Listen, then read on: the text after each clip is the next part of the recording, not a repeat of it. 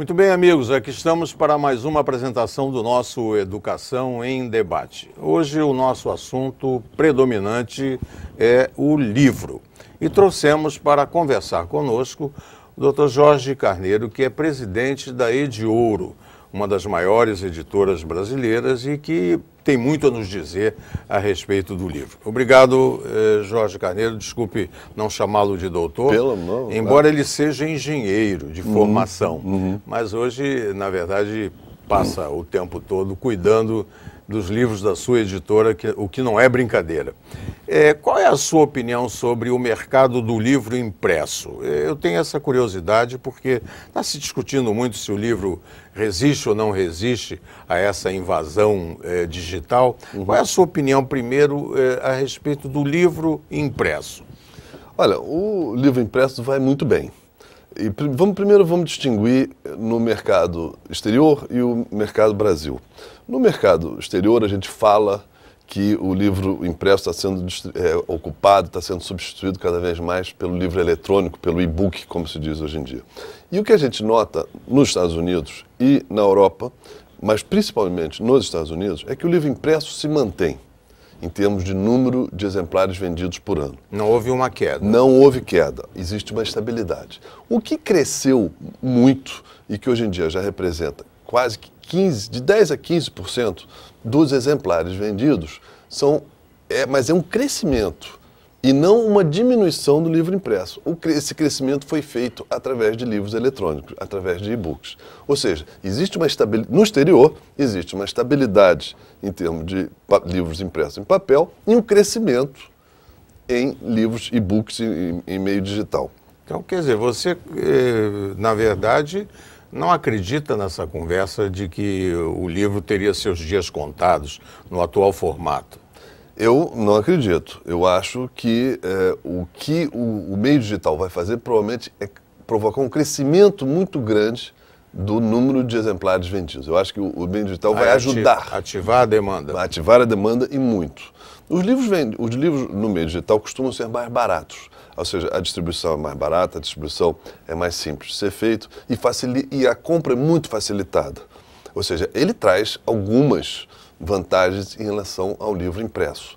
Você, quando vai numa livraria hoje em dia, por maior que seja a livraria, ela costuma ter 100 mil títulos numa livraria. E a gente sabe que o número de exemplares, o número de títulos publicados no país é muito maior do que 100 mil exemplares. Então, nenhuma livraria no mundo é capaz de ter todos os títulos disponíveis no mercado. Essa é a vantagem, a maior vantagem do livro do meio digital. Você tem disponibilidade de comprar, de ter acesso a todo o acervo que as editoras oferecem. Então, por outro lado, você não tem a alternativa, o prazer de olhar, de ler algumas páginas. Segundo a presidente Dilma Rousseff, de cheirar o livro. De cheirar o livro. Ela disse aí outro dia, eu gostei da frase, né, que ela gosta tanto do livro que tem uma paixão especial pelo cheiro do livro. Eu acho que o livro digital não tem cheiro, né? Não, o livro digital não tem cheiro.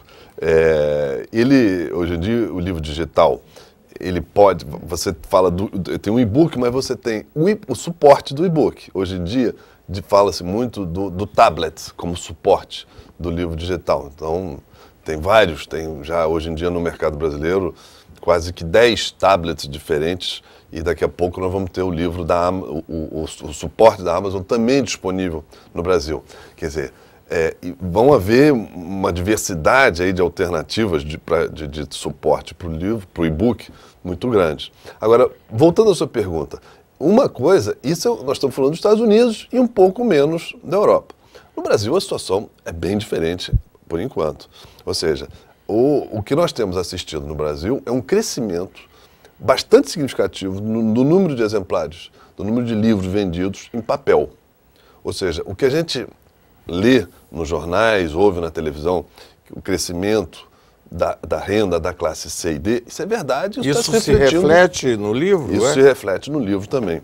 Hoje em dia, eu me lembro que há 10 anos atrás, quando se falava de um best-seller no Brasil, a gente falava de um livro que no seu lançamento vendesse 100 mil, 200 mil exemplares. Hoje em dia, um grande best-seller no Brasil, ele vende 1 milhão de exemplares no seu lançamento. Você tem na sua editora algum desses? Temos alguns desses. Algum fenômeno desses? Temos, como por exemplo o Caçador de Pipas, é um exemplo do Khaled Hosseini. Temos outro exemplo que é o Marley e Eu, que também vendeu 1 milhão de cópias no seu primeiro ano, no ano de lançamento. E dos nacionais? Olha, dos nacionais, o que a gente tem um exemplo que também vendeu centenas de milhares de cópias, ele está perto de realizar 1 milhão de cópias, é um livro do Augusto Cury. Quer dizer, o que a gente nota é que é uma literatura um pouco mais popular. É uma literatura que dá acesso a um número maior de pessoas. Mas são pessoas que há 10 anos atrás não costumavam ter o hábito de ler e comprar livros. Pois é, aí vem há uma certa prevenção, sobretudo dos intelectuais, em relação ao livro de autoajuda.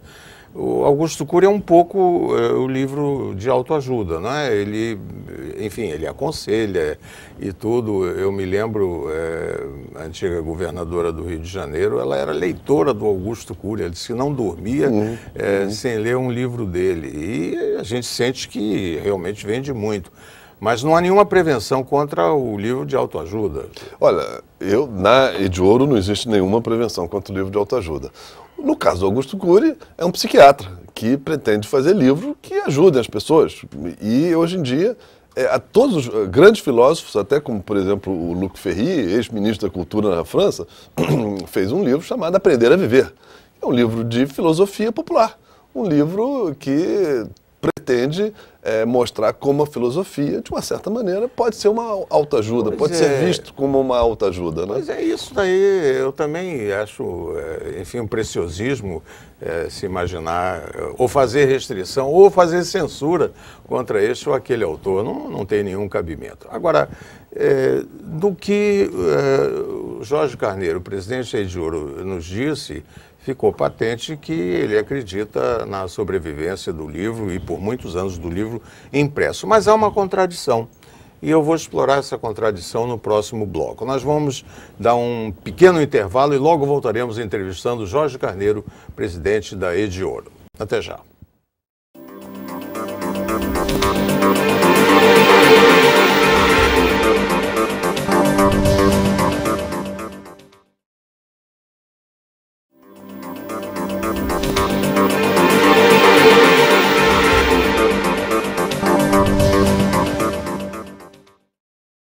Estamos de volta com o nosso Educação em Debate, hoje entrevistando o presidente da Ediouro, Dr. Jorge Carneiro. Ele falou de forma veemente, defendendo a existência e o futuro do livro impresso aqui e nos países desenvolvidos. Agora, eu voltei dos Estados Unidos há pouco. Estive em Nova York e visitei algumas livrarias, e eu diria algumas livrarias que sobrevivem a uma informação de que as grandes livrarias americanas estariam fechando as portas. Eu senti um pouco isso na Barnes & Noble, porque procurei livros que eles não tinham que procurar se no catálogo de outra filial poderia existir o livro. Quer dizer, eu senti aquilo um pouco esvaziado. E sei que a Borders também está tendo dificuldades de sobrevivência ou até já estaria a caminho também do fechamento. Não é uma contradição? As grandes livrarias de um país como os Estados Unidos, onde o índice de leitura é mais ou menos de 11 livros por habitante por ano, enquanto aqui no Brasil é menos de 2, né, talvez. Que fenômeno é esse do fechamento das livrarias? Nos Estados Unidos é um fenômeno duplo. Um fenômeno é uma dificuldade financeira da segunda maior rede de livrarias americana, que é a Borders, e que realmente talvez ela feche, ela está num processo de, não de falência, mas de recuperação judicial, e que ela talvez tenha que fechar metade das suas livrarias e metade serão convertidas em novas livrarias. Então, existe um fenômeno, um caso isolado de dificuldades do segunda maior rede de livrarias nos Estados Unidos, que realmente está fechando um bom número de lojas nos Estados Unidos. E existe um outro fenômeno que se junta a esse, que é uma boa parte das vendas dessas livrarias, hoje em dia é feito através das lojas virtuais. O maior exemplo das lojas virtuais é a Amazon. A Amazon, pois é, vende a beça, né? E realmente, a Amazon hoje em dia representa 35% do mercado livreiro americano, do mercado de venda de livros nos Estados Unidos. E provavelmente a Amazon também tem uma fatia muito importante em livro, em vídeo, em DVD, em música. Ou seja, a Amazon e a venda de produtos através da Amazon e outras livrarias virtuais menores, mas a Amazon certamente se destaca, está substituindo, em boa parte, a venda de lojas físicas. Então são esses dois fenômenos que estão acontecendo ao mesmo tempo e que realmente um bom número de livrarias está sendo fechado. O que está acontecendo em compensação a isso?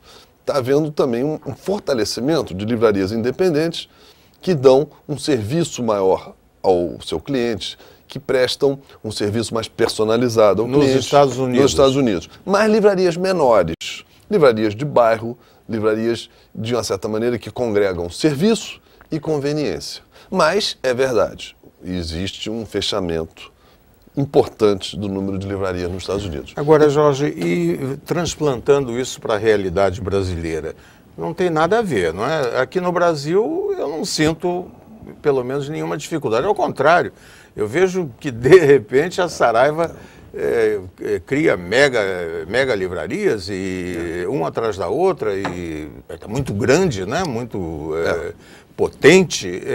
Então, será que o Brasil vai tomar o lugar dos Estados Unidos? Ontem o ministro Manteiga estava comemorando, né, que o risco Brasil caiu abaixo dos Estados Unidos. Né? O fenômeno no Brasil é bem diferente. Nós não temos no Brasil ainda uma livraria virtual, um comércio eletrônico tão forte como a Amazon. Então, existe uma diferença aí de evolução no mercado bastante grande. Então, no momento no Brasil, o que a gente vê é o crescimento das livrarias. Hoje em dia, a rede Saraiva tem mais de 100 livrarias, é uma rede enorme. Enorme, é a maior de todas, né? Sem dúvida, é a maior de todas. Mas nós temos outras redes também muito importantes e crescendo. A Livraria Cultura, já com mais de 10 lojas. Vem para o Rio. Que vai abrir 2 lojas no Rio de Janeiro, 2 lojas muito grandes, não são lojas pequenas.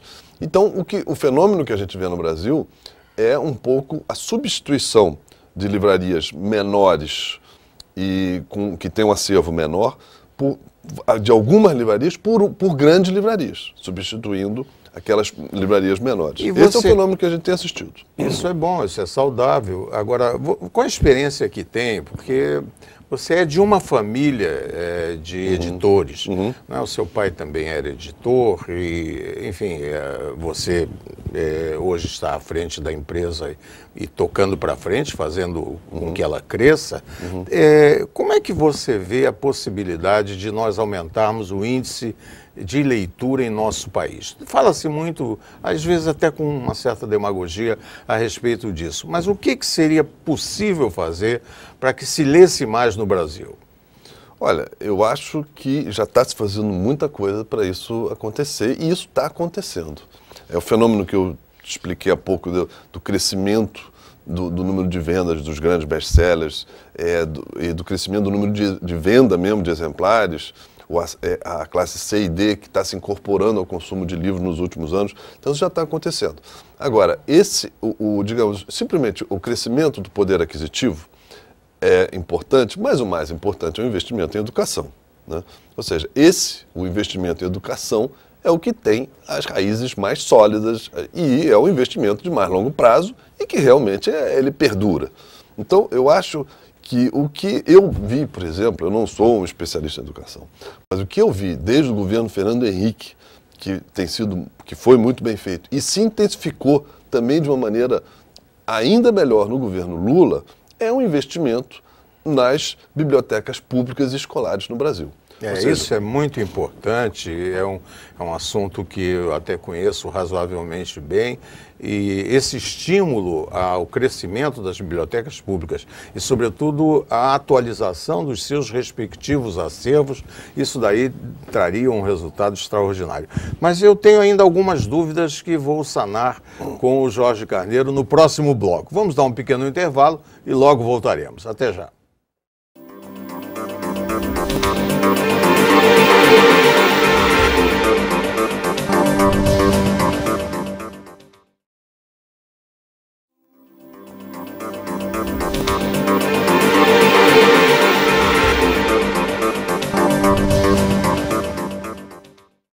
Estamos de volta com o nosso Educação em Debate. Eu pergunto a Jorge Carneiro, presidente da Ediouro, o que pode ser feito para que as bibliotecas públicas tenham o seu acervo, sobretudo, renovado.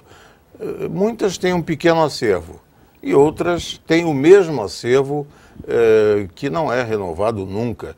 Claro, você falou com muita propriedade que é importante que haja mais recursos para a educação. O ministro da Educação agora disse que, se perguntarem para ele se ele quer 7% do PIB para aplicar em educação, ele dirá que quer 8%. E se perguntarem se ele quer 8%, ele vai dizer que quer 10%. Sempre quer mais, é claro. Eu acho que isso aí é uma atitude correta do ministro Fernando Haddad, pleiteando mais recursos para a sua pasta. Mas o que, na sua opinião, se pode fazer para valorizar as bibliotecas públicas?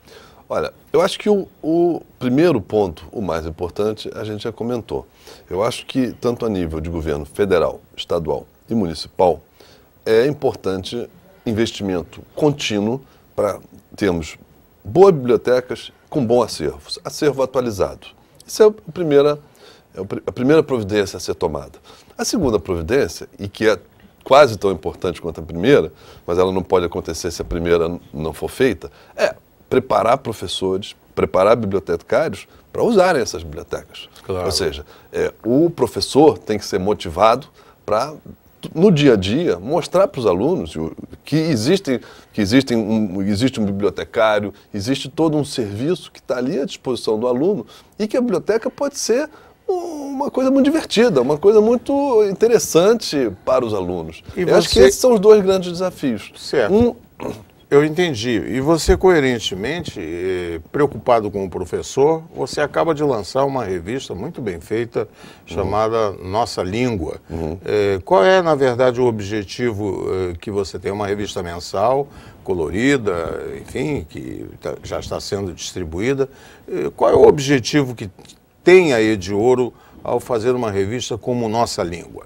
O principal objetivo é dar a educadores, professores, a todas as pessoas que têm, não só educadores, professores, mas todas as pessoas que têm um interesse, um amor pela língua portuguesa e pela língua portuguesa como ela é praticada no Brasil, uma ferramenta para conhecer melhor a língua, para poder difundir melhor essas sutilezas da língua que muitas vezes nos pregam peças aí, e que seja de uma maneira acessível, de uma maneira prazerosa para todos, e que seja regular e que seja fácil, que você possa encontrar numa banca, que você possa fazer uma assinatura, que você possa ter nas bibliotecas públicas. Ou seja, é uma ferramenta de apoio para educadores, professores e todos os amantes da língua em geral, que queiram mais informação e um pouquinho mais de esclarecimento sobre essas dúvidas que todo dia nós temos, né? Claro. Agora, Jorge, e o problema do autor no Brasil? Porque